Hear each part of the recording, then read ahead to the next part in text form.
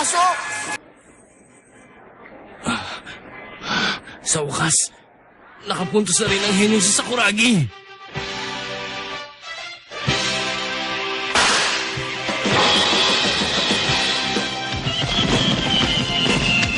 Yan ang henyo!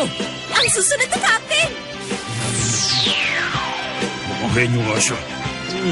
Wala yun. Kaya mamatay kayo lahat sa inggit! Ang galing mo, Miyagi! Oo nga, galing mo, Ryota! Ha?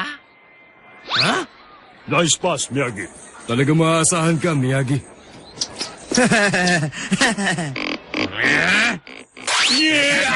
Teka, sumusobra na kayo ah! Bakit siyang pinupuri niyo? Ako ngayon si Sakuragi, ako nakapuntos! Nagawa mo lang yun dahil magaling ang pumasa ng bola sa'yo. Kapag ganun, kahit sino makakapuntos. Maliwanag? Ang kapalang apog mo para sabihin sa akin yan, Gory!